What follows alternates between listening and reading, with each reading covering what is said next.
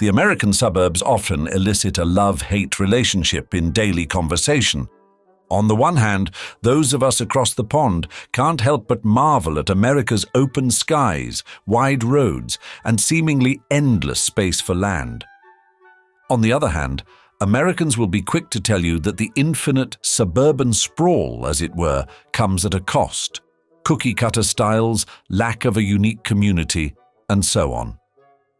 And yet, when looking through architectural history, there are absolutely tons of truly tasteful styles of suburban architecture in the States.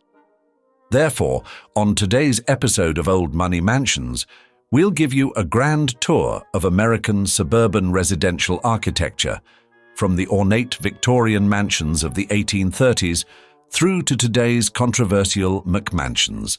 We'll explore how transportation innovations, from railroads to automobiles, shaped these developments, going on a journey through 200 years of architectural evolution that reveals not just how Americans built their homes, but how those homes built America.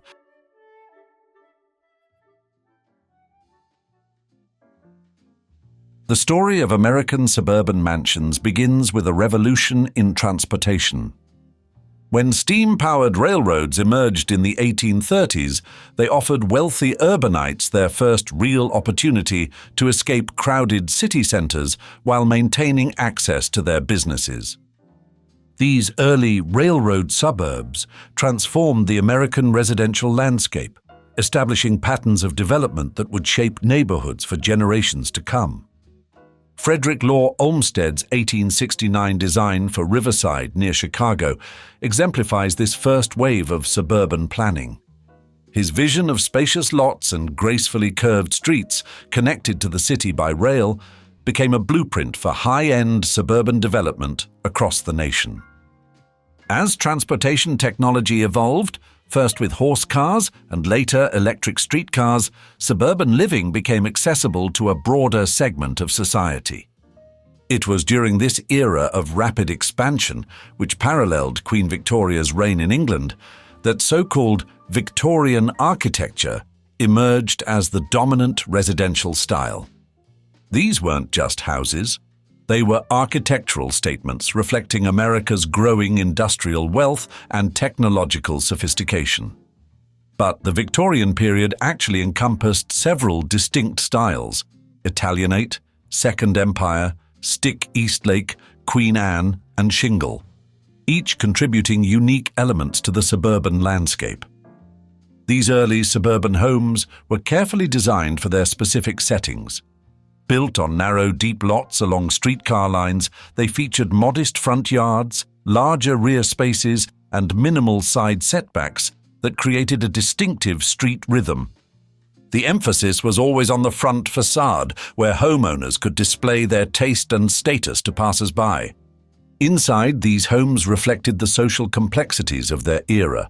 Floor plans featured increasingly specialized spaces: libraries for men, boudoirs for women, formal parlors for receiving guests, and separate sitting rooms for family activities.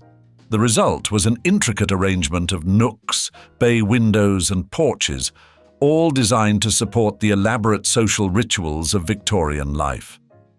Now, some of the most recognizable examples are San Francisco's Painted Ladies on Steiner Street. Built between 1892 and 1896, these Queen Anne-style houses showcase the quintessential Victorian elements: intricate woodwork, asymmetrical facades, and vibrant, multicolored paint schemes that celebrate the era's love of ornamentation. In Newport, Rhode Island, the Vanderbilt summer cottage, known as the Breakers, represents Victorian architecture at its most extreme. While far grander than typical suburban homes, it perfectly illustrates the period's enthusiasm for architectural showmanship and meticulous detailing. Key features of Victorian homes include steep gabled roofs, towers and turrets, wraparound porches, and abundant decorative elements. Bay windows, often fitted with stained glass, became increasingly popular, as did the use of varied textures and materials on exterior surfaces. Inside, these homes boasted high ceilings, intricate moldings, ornate fireplaces, and richly patterned wallpapers. The floor plans typically included numerous specialized rooms, each serving a specific social function. Some of America's best preserved Victorian neighborhoods can still be explored today.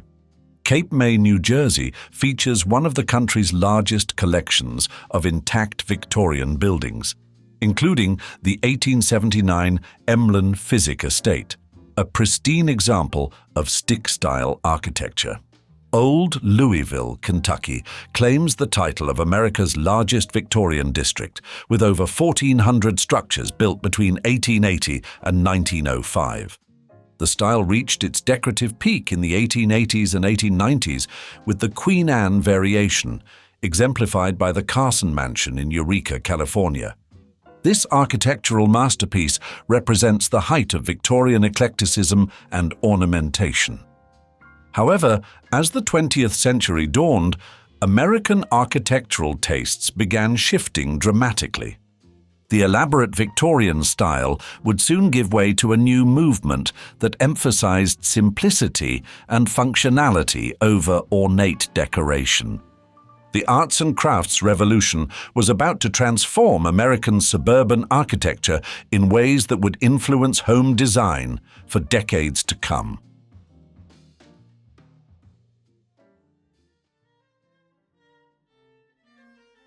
As Victorian excess gave way to 20th century pragmatism, American residential architecture underwent a dramatic transformation.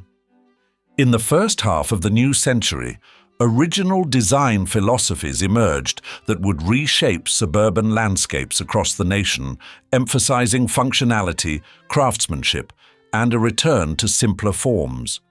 And as cars became increasingly common in the 1920s and 1930s, suburbs expanded outward, fundamentally reshaping residential architecture. Streets grew wider, lots became larger, and new features like driveways and garages began appearing in home designs. This transformation coincided with America's first systematic approach to urban planning. The year 1909 proved particularly significant, featuring both the first National Conference on City Planning and the establishment of Chicago's Plan Commission. Soon, formal planning departments appeared in city governments across the nation, bringing a more structured approach to suburban development. Furthermore, European influences also played a key role during this period. The Garden City movement, conceived by Ebenezer Howard, introduced the concept of self-sufficient communities on city outskirts, complete with generous green spaces and carefully planned land use. This philosophy would significantly impact American suburban design for decades to come. But first, the colonial revival movement led this architectural revolution, drawing inspiration from early American design. These homes featured symmetrical facades with centered front doors, decorative crowns over entrances, and evenly spaced windows with shutters. The Woodrow Wilson House in Washington, D.C., built in 1915, exemplifies this style, which remained popular well into the mid-20th century, particularly in prestigious suburbs like Chevy Chase, Maryland. Meanwhile, the Craftsman style introduced a completely different aesthetic. Rooted in the arts and crafts movement, these homes celebrated natural materials and handcrafted details. Key features included low-pitched gable roofs with wide, overhanging eaves, exposed rafters, and large front porches with tapered square columns. The Gamble House in Pasadena, California, stands as the movement's masterpiece, showcasing exquisite woodwork and art glass that epitomize the style's emphasis on craftsmanship. Frank Lloyd Wright and his contemporaries developed the Prairie School style, creating what they saw as truly American architecture. These homes emphasized horizontal lines that echoed the prairie landscape, featuring low-pitched hipped roofs, ribbon windows, and open floor plans centered around a dominant chimney. Wright's 1909 Roby House in Chicago remains the definitive example of this innovative design approach. For middle-class homeowners, the American Foursquare offered an affordable yet dignified housing option. These practical homes featured a cubic shape with 4 rooms on each floor, low-hipped roofs with central dormers, and full-width front porches. Their simple, symmetrical design made them ideal for mail-order catalogs and growing suburbs. The California bungalow became another popular choice for cost-conscious buyers. These charming 1- or 1.5-story homes featured low-pitched roofs, wide eaves, front porches under the main roof, and open floor plans. Pattern books and mail-order catalogs helped spread the style nationwide, making bungalows a common sight in early 20th century neighborhoods. These new architectural movements reflected profound changes in American society. As the Victorian era's rigid social hierarchies began to crumble, homeowners embraced designs that emphasized simplicity, functionality, and a stronger connection to nature. Many of these neighborhoods still stand today, their well-preserved homes testament to the enduring appeal of these thoughtful, practical designs. However, an even more radical change in residential architecture was on the horizon. As America emerged from World War II, a new generation of architects would reimagine the suburban home from the ground up. The mid-century modern movement was about to transform American neighborhoods with its revolutionary approach to space, light, and indoor-outdoor living.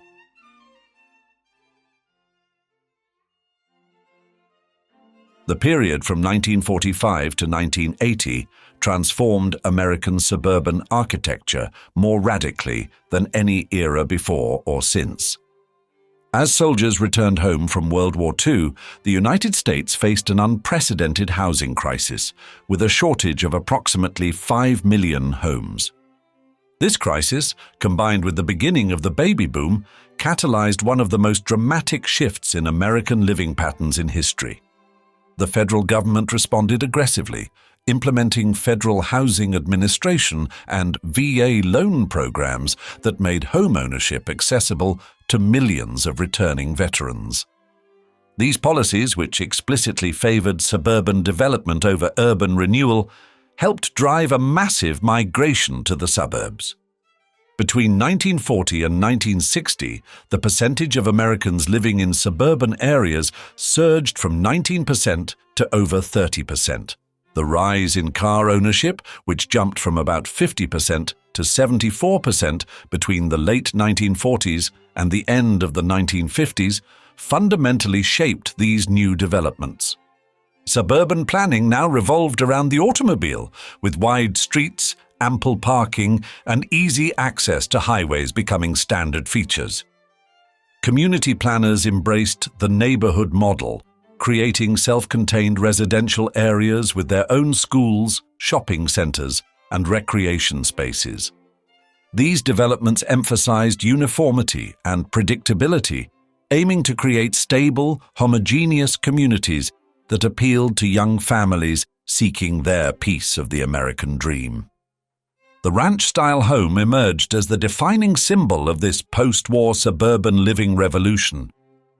Developer Joseph Eichler led this revolution in California, creating entire neighborhoods of modernist tract houses. His Green Meadow development in Palo Alto showcased 243 homes that embodied the new aesthetic: low-slung roofs, expansive windows, and open floor plans that brought the outdoors in through strategically placed atriums and glass walls.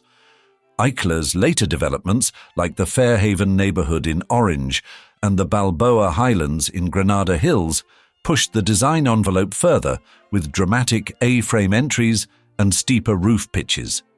The Balboa Highlands designation as a historic preservation overlay zone by Los Angeles speaks to the lasting significance of these innovative designs. The split-level style offered an ingenious solution to suburban living by creating distinct zones through staggered floors. Arapahoe Acres in Denver, designed by Eugene Sternberg and Edward Hawkins, exemplifies this approach. The neighborhood's architectural significance earned it a place on the National Register of Historic Places in 1998. In the Northeast, developments like Five Fields in Lexington, Massachusetts, demonstrated how modernist principles could adapt to different regions. The architects collaboratively designed these homes to blend seamlessly with New England's landscape, while Hollin Hills in Alexandria, Virginia, architect Charles Goodman created a wooded modernist enclave that still draws architecture enthusiasts today. The era's most ambitious architectural statement came through the Case Study Houses program, launched in 1945 by Arts and Architecture magazine. These experimental homes, primarily built in Los Angeles, pushed modernist principles to their limits. The most famous Pierre Koenig's case study, House No. 22, better known as the Stahl House, became an icon of mid-century design, with its glass walls floating above the Los Angeles cityscape. However, as the 1980s approached, American architectural tastes began shifting again. The clean lines and modest proportions of mid-century modern would soon give way to a very different vision of suburban living. One where bigger meant better and historical details returned with a vengeance. The era of the McMansion was about to begin.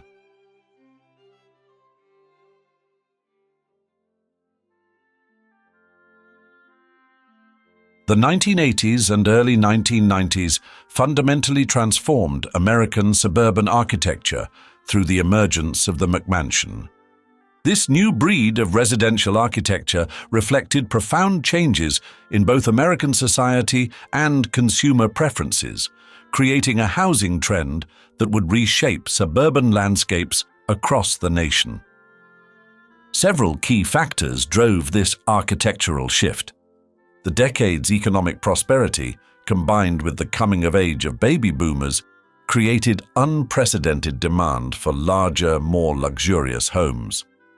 As disposable incomes rose, many Americans sought to upgrade from their modest post-war tract houses to more spacious and ostentatious residences that could showcase their success. The expansion of suburban sprawl made this transformation possible. Developers found abundant cheap land on city outskirts, while new transportation infrastructure made longer commutes feasible. Zoning laws typically favored large lot, single-family developments, giving builders free rein to construct ever larger homes on expansive plots. Consumer preferences shaped the distinctive McMansion style. Buyers demanded open floor plans and larger living spaces, influenced by popular media that celebrated opulent lifestyles. The resulting architecture often combined various historical elements without regard for traditional design principles, prioritizing impressive size and luxury amenities over architectural cohesion. This building boom significantly impacted urban planning. McMansion developments strained local infrastructure and utilities while accelerating the loss of green spaces. Their scale and style often clashed with existing neighborhood character, leading some communities to implement new regulations controlling house sizes and lot coverage. Early attempts at smart growth policies emerged during this period, though they proved largely ineffective at curbing the trend. Some local governments introduced design guidelines to maintain neighborhood character, but these measures typically couldn't keep pace with the rapid suburban expansion.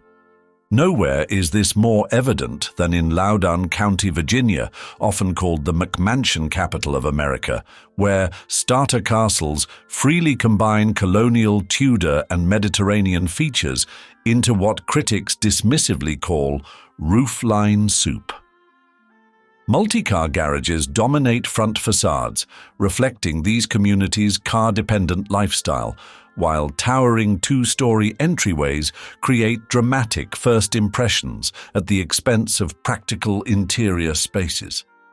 The rise of McMansions was made possible by mass-produced materials and fixtures that mimic high-end finishes at a fraction of the cost. While earlier luxury homes like the Blacker House in Pasadena showcased genuine craftsmanship and architectural integrity, McMansions often rely on synthetic alternatives that approximate traditional materials.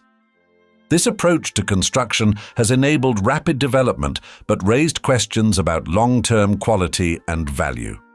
The seeds of the McMansion phenomenon can be traced back to Levittown, New York, which pioneered mass-produced suburban housing in the late 1940s. While Levittown's homes were modest by today's standards, their standardized construction methods established patterns that would later facilitate the McMansion boom. Some communities have begun pushing back against these oversized homes. Portland, Oregon, is considering regulations to cap new houses at 2,500 square feet, specifically targeting McMansion development in established neighborhoods. However, in many areas like Provo, Utah, demand for homes over 3,000 square feet remains strong, suggesting the McMansion era isn't over yet. Today, these homes stand as monuments to late 20th and early 21st century consumer culture, embodying both the ambitions and excesses of an era when bigger was automatically considered better. Their proliferation has forever altered the American suburban landscape, leaving future generations to grapple with questions about sustainability, community character, and what truly makes a house a home. And now, we'd love to see you in the comments. Which of these architectural styles is your favorite? We look forward to hearing from you. And thanks again for joining us for another episode of Old Money Mansions. Cheers until the next episode.